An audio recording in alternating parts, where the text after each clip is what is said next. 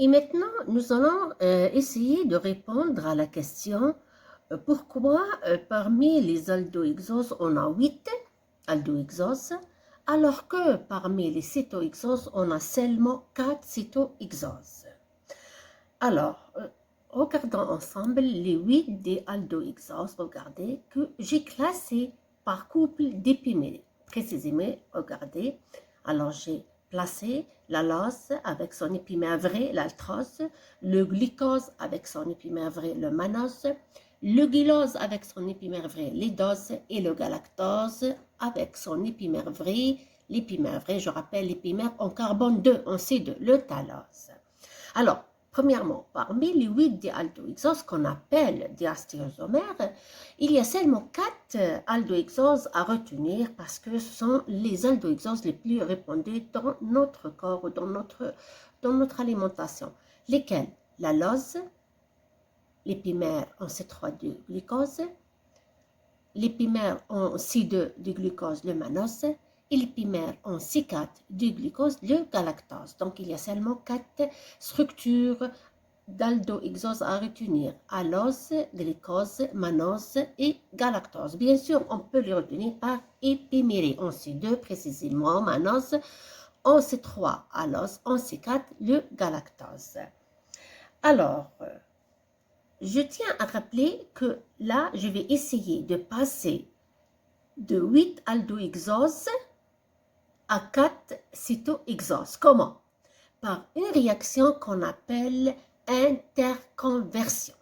Et qu'est-ce que nous allons remarquer? Que lorsqu'on passe des 8 aldohexoses aux 4 cétohexoses, on remarque que les deux aldoses épimères vraies, allose, altrose, donnent la même cétose, qu'on peut appeler allylose ou altrylose. Je rappelle les règles lorsqu'on passe d'un aldose à un cétose. Premièrement, on change la fonction carbonylique.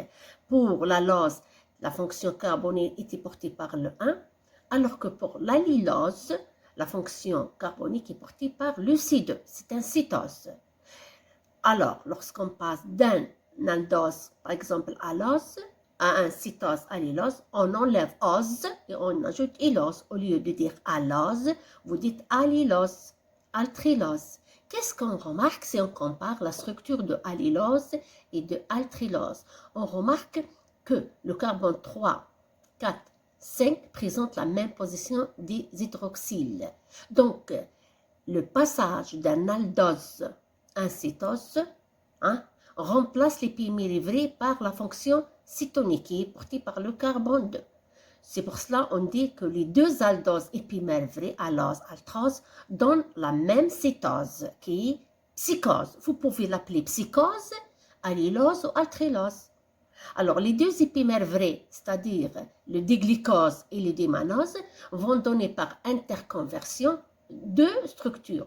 Le gluculose, au lieu d'appeler glycose, on passe à la cétose correspondante, on enlève ose, on dit glyculose, mannylose. Et aussi là, on remarque que ces deux structures possèdent la position dysproxée portée par le carbone 3, 4, 5, la même.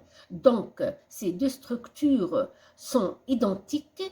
Vous pouvez les appeler mannylose, comme vous pouvez les appeler glyculose, mais je préfère qu'on appelle fructose. D'accord? Donc, grosso modo, c'est l'étudiant après les structures des 8 aldohexoses, facilement il va retrouver les 4 cétohexoses. Comment? Par les épimères vrais. Alors, je rappelle que l'interconversion, c'est une réaction qui se déroule en milieu alcalin, basique, mais elle peut avoir lieu au milieu acide.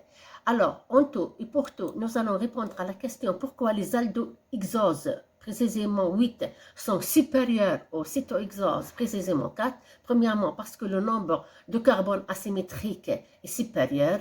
Pour les aldoses, on a 1, 2, 3, 4, on a 4 carbones asymétriques, alors que pour les cétoses, on a 1, 2, 3, on a 3 carbones asymétriques. Et en plus, on va dire que les deux aldoses épimères vraies, épimères en C2, donnent la même cétose.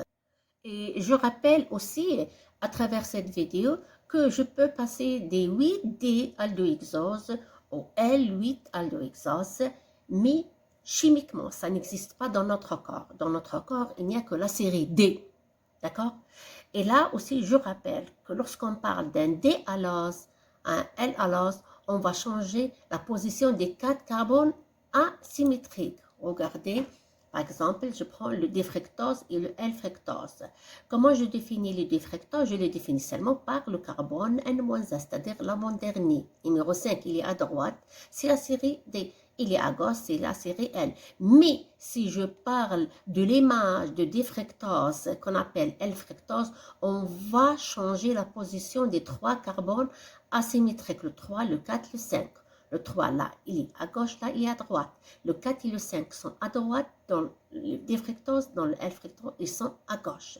Donc, faites attention, la série est définie par l'avant-dernier, mais si je cherche l'image d'un ose, on doit changer la position de tous les hydroxyles portés par tous les carbones asymétriques.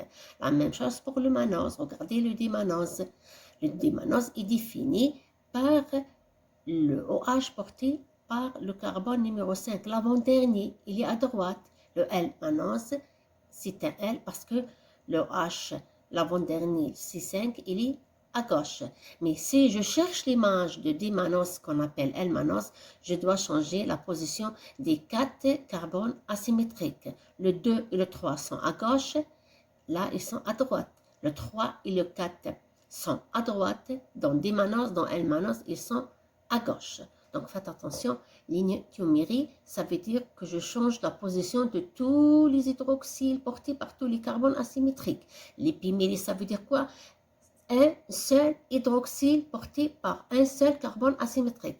Diastéréomère, il s'agit de plus qu'une différence. Peut-être deux, peut-être plus. Et bon courage.